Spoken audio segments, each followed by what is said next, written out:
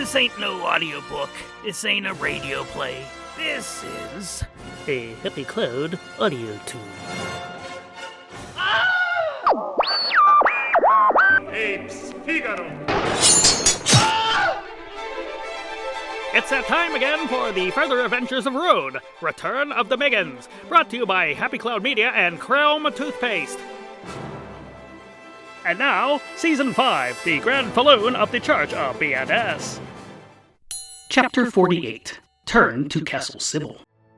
It's a strange thing, peace. When you are used to war, peace feels foreign, like something mischievous and untrue. A dirty trick waiting to spring its punchline. Spend enough time ready for violence, and all time feels violent. Rune and his companions had been back at Castle Sybil for more than a fleek, yet he could neither find nor take comfort in his home. As Dusty and Scarlet were having their kitchen done at their house in Flythe, they accepted Rune's offer to stay in one of the ample guest apartments. For her part, Castle Sybil seemed thrilled for the company. Her bricks remained calm and sand-colored. Not a single passerby was crushed by a loose gargoyle. On Thorn's Day, Rune and his crew took a trip to the Broken Beast. The Classical Fiasco played a lot of their classics, but some new stuff too. Bohemian Raspberry was always a crowd-pleaser. The tavern was packed that night, to no one's surprise. Familiar faces included the couple who operated the mostly fictional Dreamhaven Books up in Ilmet. The humanish woman knit a hedgehog and pretended that she was anywhere else, whilst her humanish husband thumbed through the latest issue of Wonder Wombat. In another corner booth sat the humanishes Rune thought of as the Git with blue hair and his too-hot wife. Some wastelanders had rolled in from the Blasted Lands, their tunics emblazoned with images from their favorite guignols, grand or otherwise. The Classical Fiasco went into their next number. It's the little old kaiju from North Poughkeepsie. Gorilla, gorilla, gorilla, go. He might be enormous, but he's not a whoopsie. Gojira, Gojira, Gojira, go.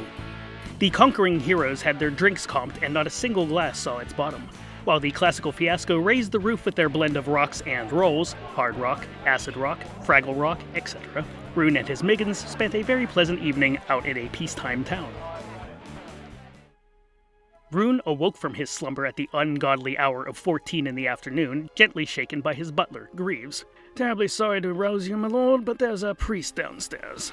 Grumbling, Rune fished under the bed and withdrew Yut's hammer. He handed it to Greaves. "Take care of it, would ya?" "A pleasure, sir, but he asked to see you specifically. I have him installed in the visitor's parlor." Grumpified, Rune burrowed back under his soft and loving covers. "I don't want to talk to any more priests, ever. Put up a sign." "He left his card, my lord." Without emerging from the cover cocoon, Rune stuck out his hand. Into the hand, Greaves placed the priest's card. There was a long pause. "Blergensnee, not Father Dawn." Father Dawn, indeed. Chapter 49, Rome's Indecent Proposal. "Gax!" Rune shouted, hopping into his trousers. "I thought we were done!" The Gax came skidding around a corner, sliding into a decorative table and nearly upsetting a bust of Pelopotamus the philosopher. It came with the castle. "I don't know, boss. I don't know. I crossed the return threshold. Maybe we're not doing the hero's journey after all." The freshly mopped floors were playing havoc with both Wolf and Gax. In their haste to reach the downstairs, they caromed into each other and zipped past the staircase entirely. "I can't believe this! Never a minute's rest, not one fooblet's rest!" Stomping down the stairs in his bare feet, the Gax in tow, Rune cursed 100 curses in as many languages as he could think of. Hopping behind him, the Gax had his book out. "Maybe this is, Man in the Hole," he said, flipping through the pages. Or, The Rise and Fall of the Rise and Falls. Or, maybe this is the myth of Sisyphus and every day the rut gets pointier. You just haven't had your coffee yet, boss." Ears flat against his head, Rune kicked open the door to his visitor's parlor, only at the last minute remembering where it was. He'd almost kicked open a mop closet. Inside, the room was a swirl with heavy books hurtling in the direction of Father Dawn, who was cowering behind an ornate and sadly sturdy chair. Anything lying loose got chucked at the father's person. Ashtrays crashed just past his head. A pair of candlesticks embedded themselves into the depression-colored wall on either side of him. 6 volumes of the Encyclopedia Trogdinia chased him into another corner. No, I'm just... Look, I'm a friend. I'm a visitor. No, Rune, my friend, howled Father Dawn, diving beneath the pool table. "I'm thinking your sitting room and don't like me." Sybil got the pool table bouncing up and down, leaving Father Dawn cowering and screaming with every hop. At any other time, Rune would have marveled, seeing for himself his home's terrible self-destruction, but he had no time for empathy. "Sybil, cool it a minute." Everything airborne froze just for an instant, then crashed to the floor in accordance with Jonesian physics. The slate-gray walls shimmered, brightened just slightly, but failed to reach the contented tan that signaled that danger had passed. Castle Sybil was still very much on edge. Father Don crawled out from beneath the table. "Thank you, Lord March. I don't know what I did to upset the furniture." "Nothing personal. It's just you." Rune righted one of his favorite chairs and sat down hard. The Gax bounded over and sat down on the floor, just as hard to solidify his unity. "Last time I saw you, you were in the balls-deep dungeon. Who'd you bribe to get out?" Father Don got to his feet and brushed the front of his black robe. His cigar was hopelessly bent. He stuck it in his mouth anyway, the tip pointing at his shoes. "I got a special dispensation from the Grand Falloon. He got me released under the missionary accords." The Gax laughed without mirth. "You got lucky. Those aren't actually enforceable." "Hey, you're pretty smart for, what are you anyway, some kind of tumbleweed?" The Gax held out to Lula. "Shoot him, boss." "Who am I, Shakespeare? What the blurg do you want now, Cardinal Cop-Out?" "Okay, well, you mind if I sit?" "Yes." His rump hovering over a chair seat, the priest quickly pivoted and remained standing.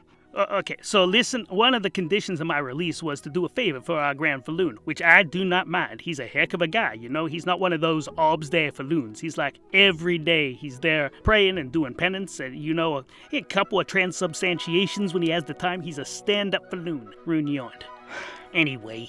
Right, I get it to the point. So our Grand Falloon, Mortimer Janus the eye, not the first. We're still working it all out. I get to that. Anyway, the Grand Falloon, he's a big fan of yours. I told him I could arrange a sit-down with you. Maybe get you to autograph his book of blurg. Sit for a portrait, maybe. I don't know, something tasteful, just the two of you, maybe in a rowboat. I don't know, I'm not the artist. Rune turned to the Gax. "Give me Tallulah." Father Don realized then that he had to step up his patter. Okay, so the thinking was, you to come back with me to Rome, we go to Ratican City, hang out with the Grand Falloon. Rune cocked Tallulah's hammer. Up went Father Don's hands. Okay, I'ma get down to the brass tacks, even take up the carpet and that blue stuff, what do you call the subfloor. Here's the real scoop. First, I gotta get off my chest that I had no idea what Morphin was up to, okay, let alone him being Grimfoil the whole time. I was as duped as you were, Snee as my witness. Ask a blurg too, he'll back me up. And let me tell you, I was real impressed with the way you sold out to that guy. That was some impressive stuff. Like Machiavelli. The fashion designer, Bob Machiavelli. That's the guy. Great lines, flowing gowns, political genius, all of that. So it got me thinking, you know, I had a lot of thinking time riding back to Rome on the lummox. Little rough on the old loaves and fishes, but I don't have to tell you that. Do you ever get to your point? Whoa, hey, okay, you got me nervous here, friend. I'm not used to making my case at gunpoint. Some priest you are. Okay, fine, straight talk. How would you like to take the Church of B&S for every last yuck it's got?